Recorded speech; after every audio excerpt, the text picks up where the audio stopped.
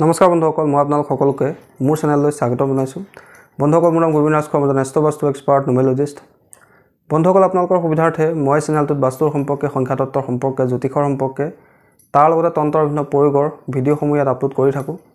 গতিকে যদিহে আপোনালোকৰ মোৰ চেনেলৰ ভিডিঅ'সমূহ চাই ভাল লাগে, অনুগ্ৰহ কৰি মোৰ চেনেলটো ছাবস্ক্ৰাইব কৰিব, ভিডিঅ'সমূহ লাইক কৰিব, কমেণ্ট কৰিব আৰু যিমান পাৰে শ্বেয়াৰ কৰিব। বন্ধুসকল, আজি মই আপোনালোকৰ লগত বাস্তুৰ এটা অত্যন্ত গুৰুত্বপূৰ্ণ বিষয়ক লৈ আলোচনা কৰিবলৈ আগবাঢ়িছোঁ। গতিকে অনুগ্ৰহ কৰি ভিডিঅ'টো শেষলৈকে চাব যাতে সম্পূৰ্ণ কথাখিনি বুজি পায়। বন্ধুসকল, বাস্তুশাস্ত্ৰ আমাৰ ঘৰৰ উন্নতি প্ৰগতিৰ কাৰণে, আমাৰ সুখ সমৃদ্ধিৰ কাৰণে এটা অত্যন্ত প্ৰয়োজনীয় ছায়েন্স। বাস্তুশাস্ত্ৰ হৈছে পৰিৱেশৰ লগত মিলি কিদৰে আমি ঘৰ নিৰ্মাণ কৰি তাত সুখে সমৃদ্ধিৰে বসবাস কৰিব পাৰোঁ, পৰিৱেশৰ 5টা তত্ত্বক কিদৰে বেলেঞ্চ কৰি আমি গৃহ নিৰ্মাণ কৰি তাত সুখে সমৃদ্ধিৰে থাকিব পাৰোঁ, সেই বিষয়ে বাস্তুশাস্ত্ৰই আমাক জ্ঞান প্ৰদান কৰে। বন্ধুসকল, আমি ঘৰত যিদৰে দুৱাৰ খিৰিকী ৰাখোঁ, আলমাৰী ৰাখোঁ, ফাৰ্নিচাৰ ৰাখোঁ, ঠিক তেনেকৈ আমি প্ৰত্যেকে নিজৰ ঘৰত আইনা ৰাখোঁ। বন্ধুসকল, আইনাৰ বাস্তুশাস্ত্ৰত এটা বিশেষ মহত্ব আছে। কিন্তু সাধাৰণতে আমি আইনা সাজ সজ্জাৰ কাৰণে, ডেকোৰেশ্যনৰ কাৰণে বা নিজৰ প্ৰতিবিম্ব চাবৰ কাৰণে ব্যৱহাৰ কৰোঁ। কিন্তু আইনা যদি আপুনি যধে মধে য'ত ত'ত ৰাখি দিয়ে, তেন্তে আপোনাৰ ঘৰৰ আইনাখনো আপোনাৰ শত্ৰু হ'ব পাৰে। কিন্তু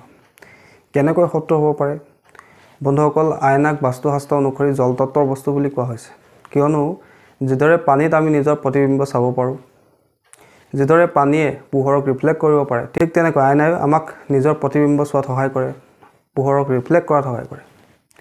সেইকাৰণে আইনা সদায় আমি আমাৰ ঘৰৰ উত্তৰ দিশত, উত্তৰ পূব দিশত বা পূব দিশৰ পিনে ৰাখিব লাগে। কেতিয়াও আমি আইনা আমাৰ ঘৰত দক্ষিণ দিশত, দক্ষিণ পূব দিশত, দক্ষিণ পশ্চিম দিশত, পশ্চিম দিশত বা উত্তৰ পশ্চিম দিশৰ পিনে ৰাখিব নালাগে। এখন আইনা যদি আপুনি ভুল দিশত ৰাখি দিয়ে, সেই আইনাখনে কিন্তু আপোনাক দুৰ্ঘটনা, আকস্মিক লোকচান, ধন টকা পইচাৰ সমস্যা, বেমাৰ, ৰোগ ব্যাধি, আপোনালোক পাৰিবাৰিক সমস্যা, যিকোনো ধৰণৰ সমস্যা আপোনাক দিব পাৰে। গতিকে ঘৰত আইনা ৰাখোঁতে আপোনালোকে সাৱধানতা অৱলম্বন কৰিব। এখন আইনা আপোনাৰ ঘৰৰ কাৰণে শত্ৰু হ'ব পাৰে আৰু এখন আইনা আপোনাৰ কাৰণে মিত্ৰৰ দৰে কাম কৰিব পাৰে। গতিকে আইনাক ৰখাৰ ক্ষেত্ৰত আপোনালোকে কিন্তু বাস্তু নিয়ম সদায় পালন কৰি চলিব, নহ'লে আপোনালোকে নিশ্চয় সমস্যাত পৰিবই, কিয়নো এইটো একেবাৰে 100% পৰীক্ষিত কথা। যদি আপুনি আইনা উত্তৰ দিশত ৰাখে, উত্তৰ পূব দিশত ৰাখে, পূব দিশত ৰাখে, তেন্তে আপোনাৰ ঘৰত সুখ সমৃদ্ধিৰ ক্ষেত্ৰত, উন্নতিৰ ক্ষেত্ৰত এই আইনাই সহায় কৰিব। যদি দক্ষিণ পূবত থাকে, আৰ্থিক সমস্যা প্ৰদান কৰিব, ঘৰত ব্যক্তিসকলক খিংখিঙীয়া কৰিব, ঘৰৰ মহিলাসকলৰ স্বাস্থ্য দিনক দিনে বেয়া কৰিব। যদি আইনা আপোনাৰ দক্ষিণ দিশত থাকে, তেন্তে আপোনাৰ ঘৰৰ ব্যক্তিসকলৰ মনৰ সুখ শান্তি নাইকিয়া হ'ব, ঘৰত প্ৰায় হাই কাজিয়া হ'বলৈ ল'ব,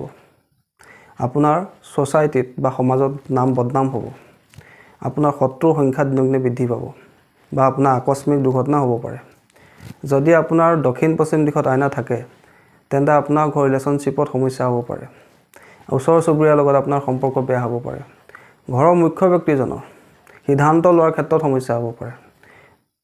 যদি আপোনাৰ আইনা পশ্চিম দিশত থাকে, তেন্তে আপুনি যি কৰ্ম কৰিব, সেই কৰ্মত সফলতা লাভৰ ক্ষেত্ৰত দেৰি হ'ব। অৰ্থাৎ যদি ধৰি ল'লোঁ আপুনি কণ্ট্ৰেক্টৰৰ কাম কৰে,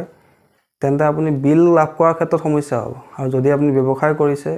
কোনো পাৰ্টিৰ লগত যদি ডিল কৰিছে, সেই ডিলৰ পইচা লাভ কৰাৰ ক্ষেত্ৰত আপোনাৰ সমস্যা হ'ব। কিবা যদি কাম এটা আৰম্ভ কৰে, সেই কামটো সময়মতে আপুনি সম্পন্ন কৰিব নোৱাৰিব। গতিকে ভুল দিশত আইনা ৰাখিলে আপোনাৰ ক্ষতি হোৱাটো 100% চিয়'ৰ। সেইকাৰণে সদায় সঠিক দিশত আইনা ৰাখিবলৈ যত্ন কৰিব। আৰু আইনা ৰখাৰ সঠিক দিশকেইটা কোনকেইটা? উত্তৰ পূব, উত্তৰ আৰু পূব দিশ, এই 3টা দিশতে আপুনি আইনা ৰাখিব লাগে। বন্ধুসকল, তাৰোপৰি আমি আইনাক বাস্তুত ৰেমেডি হিচাপে ব্যৱহাৰ কৰিব পাৰোঁ। কেনেকৈ ব্যৱহাৰ কৰিব পাৰোঁ? যদি আমাৰ ঘৰত উত্তৰ পূব দিশটো, উত্তৰ দিশটো বা পূব দিশটো কিবা কাৰণে কাট খাই থাকে, তেন্তে সেই কাট খাই থকা অংশটো এক্সটেণ্ড কৰিবৰ কাৰণে আমি উত্তৰ দিশত বা উত্তৰ পূব দিশত বাহিৰৰ ফালে এখন আইনা লগাই দিব লাগে, যাতে সেই উত্তৰ বা উত্তৰ পূব দিশটো ৰিফ্লেক্ট কৰে। এনে কৰিলে সেই উত্তৰ পূব দিশত যদি কাট এৰিয়া আছে, তেন্তে সেই তাৰ কাট এৰিয়া ৰিমেডি সেই আইনাখনে কৰি দিয়ে। কিন্তু বন্ধুসকল, কেৱল উত্তৰ পূব আৰু পূব দিশৰ কাট এৰিয়া ৰিমেডিৰ কাৰণে আইনা ব্যৱহাৰ কৰা হয়। দক্ষিণ পূব, দক্ষিণ পশ্চিম বা উত্তৰ পশ্চিমৰ ৰিমেডিজৰ কাৰণে কিন্তু আইনা ব্যৱহাৰ কৰা নহয়। তাৰোপৰি কেনেবাকৈ ভুলবশতঃ আপোনাৰ ব্ৰহ্মস্থানত পিল্লাৰ পৰি যায় বা খুঁটা পৰি যায়, তেন্তে সেই ব্ৰহ্মস্থানৰ খুঁটাটো নিগেটিভিটি দূৰ কৰিবৰ কাৰণে আমি সেই খুঁটাটো চাৰিওফালে আপুনি আইনা লগাই দিওঁ যাতে তাৰ নিগেটিভিটিখিনি এক জেগাত ষ্ট'ৰ হৈ নাথাকে ৰিফ্লেক্ট হৈ যেন তেনি প্ৰসাৰিত হৈ গুচি যায় তাৰোপৰি আপোনালোকে আইনা কেতিয়াও আপোনাৰ ঘৰৰ বেডৰুমত বেডৰ একেবাৰে সন্মুখত লগাই নাৰাখিব যাতে শুই থাকোঁতে আপোনাৰ প্ৰতিবিম্ব আইনাত আপুনি চাব পাৰে তেনেধৰণে আইনা কেতিয়াও নাৰাখিব দ্বিতীয়তে আপুনি নিজৰ বাথৰুমত কেতিয়াও আইনা লগাই নাৰাখিব ঘৰত কেতিয়াও ভগা চিগা আইনা আপোনালোকে নাৰাখিব ঘৰত যদি আইনা ৰাখে স্কোৱাৰ শেপৰ ৰাখিব ৰেক্টেংগুলাৰ শেপৰ ৰাখিব বা অভেল আকাৰৰ ৰাখিব যদি ভগা আইনা আছে তেন্তে তাক তুৰন্তে ঘৰৰ পৰা বাহিৰ কৰিব আৰু যদি লেতেৰা আইনা আছে তাক ভালকৈ চাফ চিকুণ কৰি ৰাখিব আইনা কেতিয়াও মেইন ডোৰৰ সন্মুখত নাৰাখিব যাতে মেইন ডোৰখন খুলি আপুনি আইনা দেখিবলৈ পায় যদি আপোনালোকে মুখ্য দুৱাৰখন খোলা মাত্ৰকে তাৰ সন্মুখত আইনা লগাই ৰাখে তেতিয়াও কিন্তু আপোনাৰ ঘৰত নিগেটিভিটি উৎপন্ন হ'ব পাৰে গতিকে কেতিয়াও মুখ্য দুৱাৰখন খোলা মাত্ৰকে আইনা দেখাকৈ ৰাখিব নালাগে বেডৰ ফ্ৰণ্টত বা বেডৰ পিছফালে বা সিলিঙৰ ওপৰত কেতিয়াও আইনা লগাই নাৰাখিব আপোনাৰ প্ৰত্যেকৰে যি ড্ৰেছিং আইনা আছে ড্ৰেছিং আইনাখন আপোনাৰ ৰুমটোৰ উত্তৰ পূব বা পূব দিশত আপুনি ৰাখিবলৈ যত্ন কৰিব আৰু যদি কেনেবাকৈ আপোনাৰ আইনাখন দক্ষিণ দিশত দক্ষিণ পশ্চিম দিশত বা পশ্চিম দিশত আছে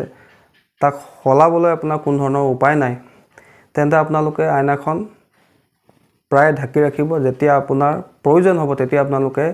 পৰ্দাখন গুচাই সেই আইনাখন ব্যৱহাৰ কৰিব তাৰপিছত পুনৰ আপোনালোকে সেই আইনাখন ঢাকি ৰাখিব এনে কৰিলে আপোনালোকৰ সেই আইনাৰ দ্বাৰা কোনো ধৰণৰ ক্ষতি নহয় তাৰোপৰি আপোনালোকে নিজৰ ধন টকা পইচা বৃদ্ধিৰ কাৰণে নিজৰ কেছ বক্সত এখন সৰু আইনা ৰাখিব যি আইনাই আপোনাৰ যিখিনি ধন টকা পইচা আছে সেইখিনিক ৰিফ্লেক্ট কৰে এনে কৰিলে আপোনালোকৰ ধন টকা পইচা দুগুণে বৃদ্ধি পায় বুলি বাস্তুশাস্ত্ৰত কোৱা হৈছে আপোনাৰ ঘৰলৈ যাতে সদায় অপৰচুনিটি আহি থাকে ধন টকা পইচাৰ আপোনাৰ কোনো ধৰণৰ অভাৱ নহয় ব্যৱসায়ত যাতে আপুনি সদায় ভাল ক্লায়েণ্ট লাভ কৰি থাকে তাৰ কাৰণে আপুনি আপোনাৰ ঘৰৰ উত্তৰ দিশত এখন ফুল ফ্লেটছ আইনা লগাই ৰাখিব অৰ্থাৎ আপোনালোকে এখন নিজৰ সম্পূৰ্ণ শৰীৰটো দেখিব পৰাকৈ এখন ফুল ফ্লেটছ আইনা আপোনাৰ ঘৰৰ উত্তৰ দিশত লগাই ৰাখিব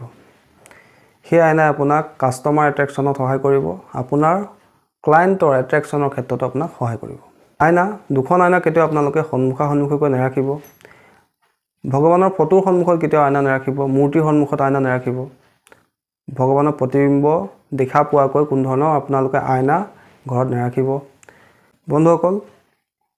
তাৰোপৰি ডেকোৰেশ্যনৰ কাৰণে আজিকালি ইণ্টেৰিয়ৰ ডেকোৰেটৰবিলাকে ৱালত বিভিন্ন শেপৰ ৰাউণ্ড অভেল স্কোৱাৰ ৰেক্টেংগুলাৰ ইত্যাদি বিভিন্ন শেপৰ আইনা আপোনাৰ ঘৰৰ বিভিন্ন দিশৰ ৱালত লগাই দিয়ে সেয়া কিন্তু আপোনালোকে ভুলতো নকৰিব ডেকোৰেশ্যনৰ কাৰণে গৈ আপোনালোকৰ কিন্তু সেই ক্ষেত্ৰত গৈ সমস্যাৰ সৃষ্টি হ'ব কিয়নো মই আগতেই ক'লোঁ যদি আইনা আপুনি আপোনাৰ ঘৰৰ সঠিক দিশত ৰাখে তেন্তে সেই আইনাই আপোনাৰ বন্ধু হৈ কাম কৰিব আৰু যদি আইনাক আপোনাৰ ঘৰৰ ভুল দিশত ৰাখে তেন্তে সেই আইনাই আপোনাৰ শত্ৰু হিচাপে কাম কৰিব গতিকে সদায় আইনা ৰাখোঁতে এইখিনি কথা আপোনালোকে ধ্যান ৰাখিব আৰু যদি আপোনাৰ বেডৰ সন্মুখত কোনোবা আইনা আছে আৰু তাক আপুনি চেঞ্জ কৰিব নোৱাৰে তেন্তে যিটো সময়ত আপোনালোকে তাক ব্যৱহাৰ কৰে তাক ব্যৱহাৰ কৰিব আৰু যিটো সময়ত ব্যৱহাৰ নকৰে তাক পৰ্দা দি ঢাকি ৰাখিব এনে কৰিলে আপোনালোকৰ সেই আইনাৰ পৰা কোনো ধৰণৰ ক্ষতি নহয় ভুল দিশত আইনা থাকিলে সেই আইনাখন আপোনালোকে ঢাকি ৰাখিব প্ৰয়োজন হ'লে আপোনালোকে ব্যৱহাৰ কৰিব আকৌ পুনৰ ঢাকি ৰাখি দিব অকল তাৰোপৰি বহুতে শুই উঠি নিজৰ মুখখন আইনাত চাই এইটো এটা বেয়া অভ্যাস শুই উঠি নিজৰ মুখখন কেতিয়াও আইনাত চাব নালাগে কিয়নো আমি ফ্ৰেছ হৈ নাথাকোঁ আমাৰ শৰীৰত বিভিন্ন নিগেটিভ এনাৰ্জি থাকে যদি আমি আইনাত গৈ পেলাই নিজকে চাই দিওঁ সেই এনাৰ্জিখিনি আমাক পুনৰ ৰিফ্লেক্ট কৰে আইনাই যিকোনো এটা বস্তুক ডাবল কৰি দিয়ে অৰ্থাৎ যদি আমি নিগেটিভ অৱস্থাত গৈ আইনাৰ সন্মুখত খাৰা হৈ দিওঁ তেন্তে আমাৰ সেই নিগেটিভিটি দুগুণে বৃদ্ধি পাই যাব সেইকাৰণে কেতিয়াও শুই উঠি নিজৰ মুখখন আইনাত নাচাব ভালকৈ ফ্ৰেছ হৈ ল'ব তাৰপিছত 10-15 মিনিটৰ পিছত আপোনালোকে নিজৰ আইনাত নিজৰ মুখখন চাব পাৰে বহুতৰ এইটো বেয়া অভ্যাস যে শুই উঠি নিজৰ মুখখন আইনাত চাই তাৰ কাৰণে মই আজি আপোনালোকক এইটো টিপছো দিলোঁ যে শুই উঠি আপোনালোকে কেতিয়াও নিজৰ আইনাত নিজৰ মুখখন নাচাব মুখখন ধুই ভালকৈ অলপ সময় ৰিলেক্স কৰি 15-20 মিনিটৰ পিছত নিজৰ মুখখন চাব নহ'লে আপোনাৰ কাৰণে দিনটোৰ কাৰণে আপুনি ল' ফিল কৰিব আপোনাৰ এনাৰ্জিটো ল' হোৱা যেন আপুনি অনুভৱ কৰিব বন্ধুসকল আশা কৰিছোঁ আজি আপোনালোকৰ আইনাৰ মহত্বৰ সম্পৰ্কে বাস্তুশাস্ত্ৰত কি কোৱা হৈছে কি নিয়ম পালন কৰিবৰ কাৰণে আমাক কোৱা হৈছে সেই বিষয়ে আপোনালোকে গম পালে আশা কৰিছোঁ আজি আপোনালোকৰ ভিডিঅ'টো চাই ভাল লাগিলে আশা কৰিছোঁ আপোনালোকৰ বিষয়টো ভাল লাগিলে যদি ভাল লাগিলে অনুগ্ৰহ কৰি ভিডিঅ'টো লাইক কৰি দিব কমেণ্ট কৰিব আৰু মোৰ চেনেলটো ছাবস্ক্ৰাইব কৰিব ধন্যবাদ